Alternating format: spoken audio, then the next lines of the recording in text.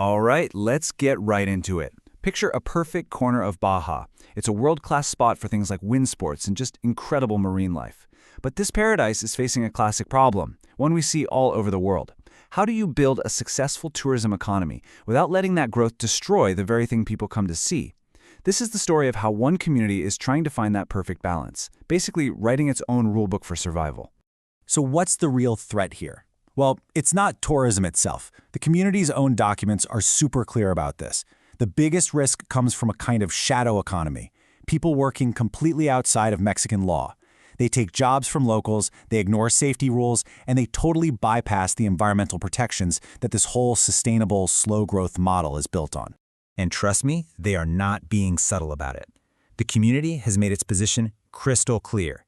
You see signs just like this one all over the place, and they spell out exactly what's at stake. We're talking fines, getting kicked out, and even international consequences like having your passport flagged.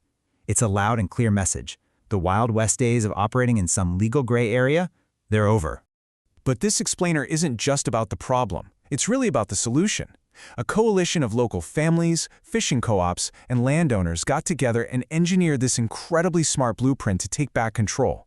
So let's dig in and see how they actually built the legal framework to make it all happen. So you're probably wondering, how can a small local community enforce rules that have so much power? Well, that authority doesn't just come from thin air. It's actually baked right into the Mexican Constitution, giving them a kind of legal shield to protect their land and their entire way of life. The magic word here is this: ejido. Now, an ejido is a really unique form of communal land ownership in Mexico. And under Article 27 of the Constitution, these communities get legal sovereignty over their own territory. What that means is they can literally create their own internal rules, register them with the government, and here's the key part, make them legally binding on anyone who wants to do business there.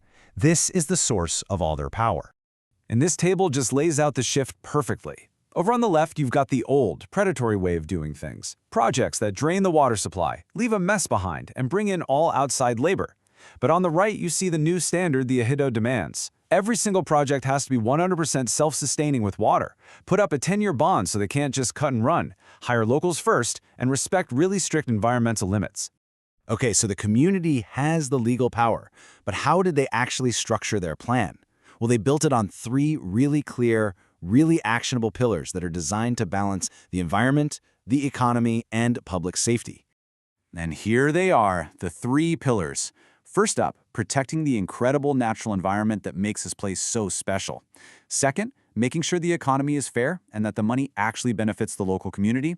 And third, putting in place some really robust safety rules for everybody, whether you're on land or out on the water. Let's start with that first one, environmental stewardship. Now, this is where things get really fascinating. Check out this concept, an acoustic sanctuary. The community has basically declared that the waters of the Suralvo Channel are a habitat where sound, or really the lack of it, is a protected resource. This is absolutely critical for the local orcas, who need to use sound to hunt and talk to each other. And this isn't just some vague, feel-good idea. It is backed by a hard and fast rule. The number is 16. That is the absolute maximum number of boats allowed near a pod of orcas at any given time. Anything more than that creates what they call acoustic smog, which messes up their hunting and can be really dangerous for the calves. It's just a perfect example of their data-driven, scientific approach to conservation. Now for that second pillar, economic fairness. This chart here shows a federal labor law that the community is now taking very, very seriously. Any business operating there has to make sure that at least 90% of its staff are Mexican nationals. This is a direct shot at that shadow economy we talked about, and it makes sure the money from tourism actually stays and circulates within the local community instead of just being pulled out. The third pillar is all about community safety, and it's built on this idea of shared responsibility. Anybody who goes out on the water has to file what's called a float plan. You log where you're going, when you expect to be back, and you name a contact on shore. And here's the kicker. If you don't report back within 60 minutes of your estimated arrival time, a community search is automatically launched. It's a smart system that makes sure one person's risk doesn't drain everyone's emergency resources. So, they have the legal authority and a really solid plan. But we all know a plan is pretty useless without enforcement. This community has built a system that has real consequences, making sure these rules are definitely not just suggestions. And a huge tool in their enforcement playbook is technology. The Mexican government created something called the SIQAL portal. It allows anyone, a competitor, a worried local, even an unhappy employee, to anonymously report violations, whether it's about labor, taxes, or the environment. And this has made it incredibly risky for anyone to try and operate outside the law. And this slide shows you exactly what happens to those who get caught. It kicks off with that anonymous report. That triggers an official investigation.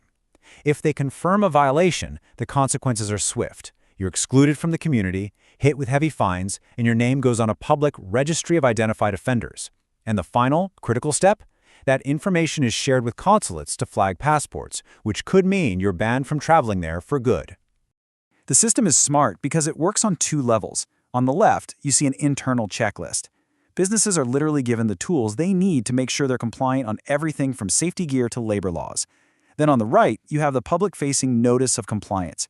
Legitimate businesses can post this, which signals to all their customers that they're a good, contributing member of the community. It creates accountability and transparency all at once. Ultimately, this whole blueprint is about so much more than just a list of rules and regulations. What it really represents is a complete shift in the relationship between businesses and the community. It's a whole new social contract.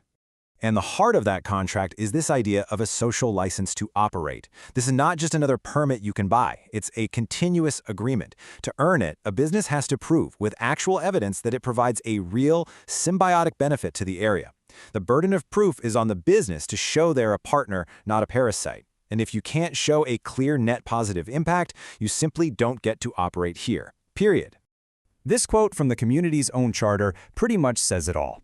In this little corner of the world, following the rules, contributing to the community, and protecting the environment, well, they aren't up for debate. They are, quite simply, the price of admission.